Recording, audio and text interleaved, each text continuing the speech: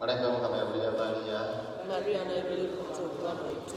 ine Mariya tutende Mukama inawe okusaba kasibona ne Yesu mwana w'endayo wa mukisa. Maria omutukuvu era Katonda tusabire Faraoni abagana n'okusaasira kufa kwaffe. Amina. Zezino omusaana Mukama Kinkolerenga bw'ogambye. ine Mariya tutende Mukama inawe okusaba kasibona ne Yesu mwana w'endayo wa mukisa. Maria omutukuvu era Katonda tusabire Faraoni abagana n'okusaasira kufa kwaffe. Amina. Kigambo n'efuula omuntu N'abeera mu ffe. ine Mariya tutende Mukama inawe okusaba kasibona ne Yesu mwana w'endayo wa mukisa. Maria omutukuvu era Katonda tusabire Faraoni abagana n'okusaasira kufa kwaffe. Amina. Ayina Katonda kuli mutusabire Tulokesa n'okufuna ekisuubizo yasuubiza. twegayirire Mukama waffe Muna bituukiro byaffe era nga malayika bw'atumisa okwefuula omutwe wa Kristo omwana we, bwe tutyo okubonaabona kwe n'omusalaba gwe tutuuke ku kitiibwa eky'okuzuukira.